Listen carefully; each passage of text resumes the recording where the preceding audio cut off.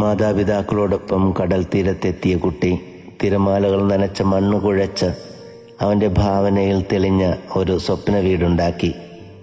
മനോഹരമായി അവനൊരുക്കിയ ആ സ്വപ്നക്കൂടിൻ്റെ ഭംഗി അവൻ ആസ്വദിച്ചുകൊണ്ടിരിക്കെ അവിടെ കളിച്ചുകൊണ്ടിരുന്ന ഏതാനും കുസൃതി കുട്ടികൾ ഓടി വന്ന് അവൻ്റെ ആ സ്വപ്നക്കൂടാരത്തെ ചവിട്ടി തകർത്തിട്ട് അത് നോക്കി പൊട്ടിച്ചിരിച്ചു.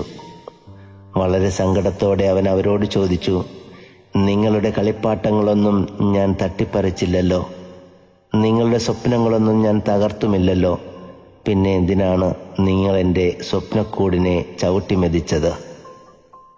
പ്രിയരെ, നമ്മുടെ ചില ചെറു വിനോദങ്ങളും കുത്തുവാക്കുകളും പരിഹാസങ്ങളുമൊക്കെ നമ്മുടെ പ്രിയപ്പെട്ടവരുടെ മനസ്സിലെ സ്വപ്നങ്ങളെ തകർക്കുന്നവയാണെന്ന് നാം മനസ്സിലാക്കുന്നുണ്ടോ?